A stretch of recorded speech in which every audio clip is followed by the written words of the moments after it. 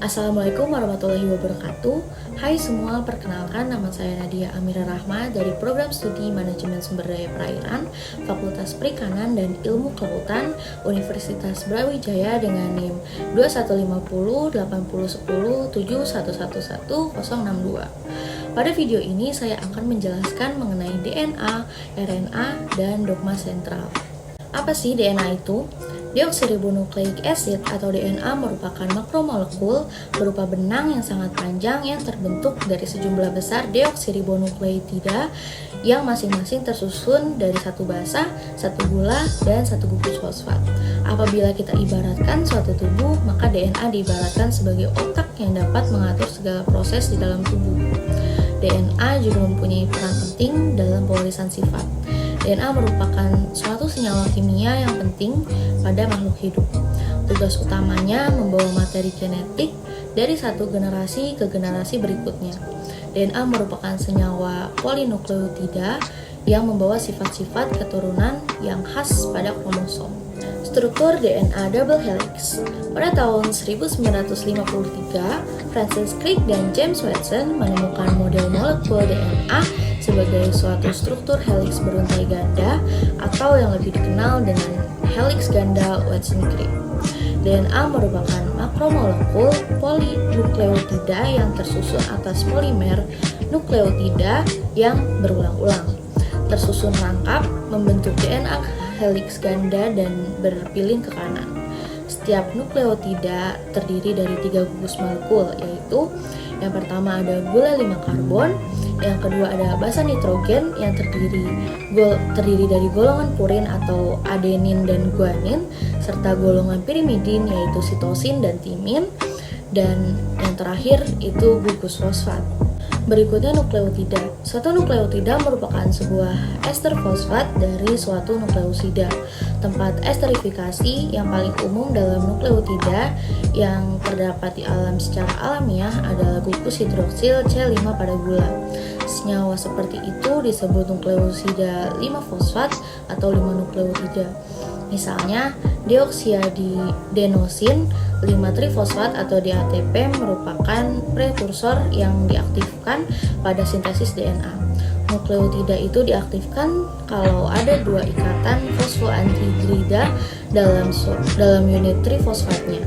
Bilangan dengan tanda menunjukkan atom pada gula, sedangkan bilangan tanpa tanda menunjukkan bahwa gulanya berupa deoksiribosa.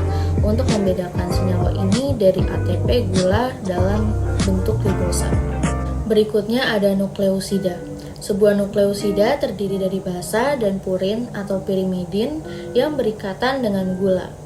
Keempat unit nukleotida dalam DNA disebut deoksiadenosin, deoksiguanosin, deoksitimidin, dan deoksitidin. Dalam sebuah deoksiribonukleosida, N9 dalam purin atau N1 dalam pirimidin terikat pada C1 deoksiribosa. Konfigurasi ikatan N-glikosida ini adalah ikatan basa terletak di dalam bidang gulanya. Ikatan fosfodiester. Molekul nukleotida akan membentuk asam nukleat dengan membentuk ikatan fosfodiester di mana gugus 5-fosfat pada unit nukleotida akan berikatan dengan gugus 3 hidroksil pada unit nukleotida lainnya.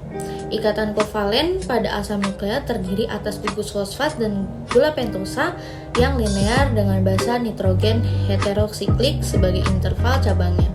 Semua ikatan fosfodiester dapat membentuk rantai panjang yang linear dengan polaritas spesifik pada 5N dan 3N.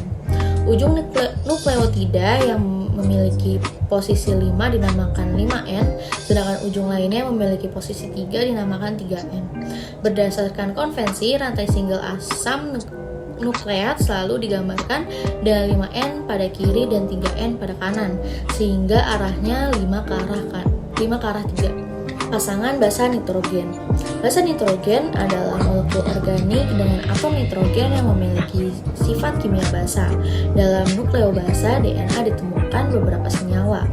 Yang pertama basa purin, yakni guanin dan adenin, dan yang kedua basa pirimidin, yakni sitosin dan timin. Dalam rantai DNA, setiap basa purin akan selalu berpasangan dengan basa pirimidin. Pasangannya yaitu yang pertama ada adenin yang berpasangan dengan timin ataupun sebaliknya, dan juga guanin yang berpasangan dengan sitosin ataupun sebaliknya. Pasangan adenin timin atau timin adenin dihubungkan oleh dua ikatan hidrogen lemah, sedangkan pasangan guanin sitosin atau sitosin guanin dihubungkan oleh tiga ikatan hidrogen yang lemah. Berikutnya ada macam-macam DNA, yaitu ada bDNA, aDNA, dan juga zDNA. bDNA adalah bentuk yang umumnya diamati pada kromosom. bDNA adalah heliks tangan kanan dengan 10 pasangan basa perputaran. bDNA direplikasi dan digunakan dalam transkripsi translasi RNA, yang merupakan molekul yang digunakan untuk sintesis protein. bDNA dapat terdenaturasi, yang berarti ikatan hidrogen dihilangkan. Ini pada dasarnya adalah langkah pertama dalam replikasi DNA dalam sel. Berikutnya ada aDNA. aDNA juga heliks tangan kanan, namun ada banyak pasangan basa perputaran. aDNA memiliki 11 pasangan basa perputaran. Selain struktur yang lebih kompak, aDNA mirip dengan bDNA. Ini adalah biologis aktif dalam sel dan bentuk struktur mengkristal dalam percobaan laboratorium. Berikutnya ada zDNA. zDNA adalah jenis DNA yang merupakan heliks tangan kiri. Ia juga dikenal dengan biologis aktif dalam formasi zigzag berulang urutan DNA basa. zDNA memiliki 12 pasang basa perputaran, sehingga membawa bagian besar gen antara setiap pergantian. zDNA berperan dalam transkripsi RNA yang merupakan proses sintesis protein untuk menciptakan mRNA dari untai DNA. mRNA atau messenger RNA sendiri merupakan molekul yang membawa gen ditranskripsi ke ribosom di mana protein disintesis. Nah, yang berikutnya ada RNA. Apa sih RNA itu? Ribonucleic acid atau RNA merupakan polimer panjang tidak bercabang yang terdiri dari nukleotida yang bersambung dengan ikatan 3-5 fosfodiester. RNA genetik memiliki fungsi yang sama dengan DNA, yakni merupakan molekul genetik yang secara keseluruhan bertanggung jawab dalam membawa segala materi genetis seperti yang dimiliki oleh DNA. RNA non-genetik merupakan RNA yang tidak berperan sebagai DNA. Berikutnya ada struktur RNA. RNA mempunyai struktur berupa rantai tunggal polinukleotida yang pendek dan tidak berpilin. Rantai polinukleotida tersebut tersusun oleh basa nitrogen, gula pentosa atau ribose, dan gugus fosfat. Polimer tersusun dari ikatan berselang-seling antar gugus fosfat dari satu nukleotida dengan gugus gula ribosa dari nukleotida yang lain.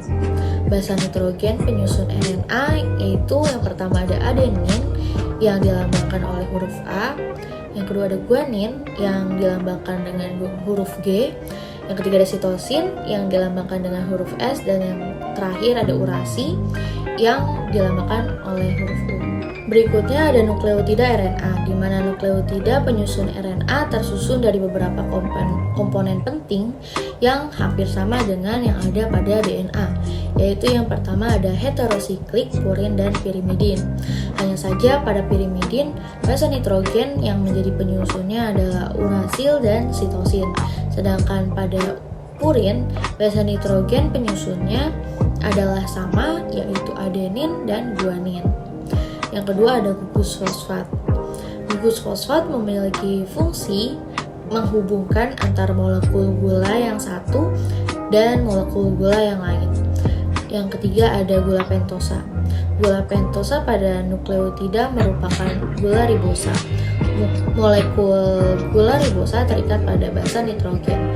Adapun kode yang dimilikinya adalah A sebagai adenin, U sebagai urasil, C sebagai sitosin, dan G sebagai guanin.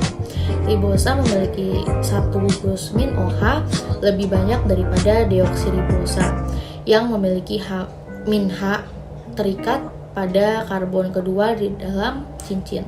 Berikutnya ada macam-macam RNA. Yang pertama ada messenger RNA atau mRNA.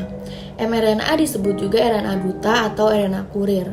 mRNA juga disebut dengan istilah kodon karena fungsinya sebagai pembawa kode-kode genetik dari DNA ke ribosom. Yang kedua ada transfer RNA atau tRNA. tRNA merupakan RNA terpendek dan berperan sebagai penerjemah kodon yang dibawa oleh mRNA. Fungsi lainnya adalah membawa asam-asam amino ke ribosom untuk disusun menjadi protein. Bagian tRNA yang dapat berhubungan dengan kodon yang dibawa oleh mRNA disebut antikodon. Yang terakhir ada RNA ribosom atau rRNA. rRNA merupakan RNA dengan jumlah yang terbanyak. rRNA mempunyai fungsi menyusun ribosom dan membantu dalam proses sintesis protein. Selanjutnya ada perbedaan DNA dan RNA. Pada letaknya, DNA terdapat pada inti sel, sedangkan RNA terdapat pada inti sel sitoplasma dan ribosom. Yang kedua, perbedaan bentuk DNA dan RNA terdapat pada pilinannya. DNA merupakan pita spiral ganda, sedangkan RNA merupakan pita tunggal. Yang ketiga, komponen gula pada DNA adalah deoksiribosa, sedangkan pada RNA adalah ribosa. Yang keempat, ukuran pada DNA sangat panjang, sedangkan RNA pendek. Yang kelima, perbedaan basa nitrogen pada DNA dan RNA hanya terletak pada golongan pirimidin, yaitu pada DNA golongan pirimidin terdiri atas sitosin dan timin, sedangkan golongan pirimidin pada RNA terdiri dari sitosin dan urasil. Yang keenam, kadar pada DNA tidak dipengaruhi oleh kecepatan sintesis protein, sedangkan kadar pada RNA berubah-ubah menurut kecepatan sintesis protein. Yang terakhir, fungsi DNA yaitu mengendalikan faktor keturunan pada sintesis protein, sedangkan fungsi RNA yaitu sintesis protein. Selanjutnya ada dogma sentral. Dogma sentral merupakan konsep pada biologi molekuler yang membahas tentang keterkaitan DNA, RNA, dan sintesis protein. Konsep ini menyatakan bahwa hanya ada satu aliran informasi genetik, yaitu dari DNA sebagai sumber informasi genetik, kemudian diteruskan menjadi RNA untuk disintesis menjadi protein. Dalam konsep dogma sentral, protein merupakan komponen utama yang memegang peran penting dalam kehidupan. Namun demikian, tidak semua informasi genetik DNA dapat diterjemahkan menjadi protein. Misalnya, satu gen yang mengkode protein tersusun atau sekuen dapat diterjemahkan menjadi protein atau coding RNA, dan sekuen yang tidak dapat diterjemahkan menjadi protein atau non-coding DNA karena hanya berfungsi sebagai sekuen pengatur atau control region yang menentukan gen tertentu harus aktif atau inaktif. Replikasi DNA.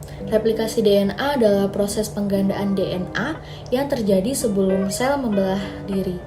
Proses replikasi terjadi di nukleus atau inti sel dan terjadi sebelum sel melakukan pembelahan. DNA perlu menggandakan agar sel baru hasil pembelahan memiliki DNA yang sama dengan sel induk. Replikasi DNA terjadi secara semi-konservatif, yaitu rantai ganda DNA akan terpisah dan masing-masing rantai induk akan menjadi cetakan baru untuk rantai baru, sehingga DNA hasil replikasi masing-masing memiliki rantai induk dan rantai anak. Berikutnya ada transkripsi, yaitu proses penyalinan informasi DNA kepada mRNA yang terjadi di dalam nukleus dan dikatalisasi oleh enzim RNA polimerase. Molekul RNA yang disintesis mempunyai urutan basa yang komplement dengan salah satu rantai DNA, menghasilkan 3 jenis molekul RNA yaitu mRNA, tRNA, dan rRNA. Promotor untuk memulai transkripsi dan terminator digunakan untuk penghentian transkripsi. Berikutnya ada translasi. Translasi adalah sintesis polipeptida dari mRNA untuk menentukan urutan-urutan asam amino yang akan membentuk suatu protein. Translasi terjadi di ribosom. Pada tahap ini, sel harus menerjemahkan kode genetik atau kodon. Kodon adalah 3 nukleotida pada urutan mRNA yang dapat diterjemahkan menjadi urutan asam amino. Urutan asam amino akan mengkode suatu protein spesifik. Translasi hanya terjadi pada molekul mRNA, sedangkan RNA dan tRNA Translasi hanya terjadi pada molekul mRNA, sedangkan rRNA dan tRNA tidak ditranslasi. Molekul mRNA yang merupakan salinan urutan DNA menyusun suatu gen dalam bentuk kerangka baja terbuka. mRNA membawa informasi urutan asam amino. Enzim yang berperan dalam proses translasi adalah sintetase tRNA aminosil. Itu tadi merupakan penjelasan dari saya mengenai DNA, RNA, dan nukleus sentral. Mohon maaf jika ada kekurangan dan kesalahan kata. Semoga video ini dapat bermanfaat. Saya akhiri. Wassalamualaikum warahmatullahi wabarakatuh.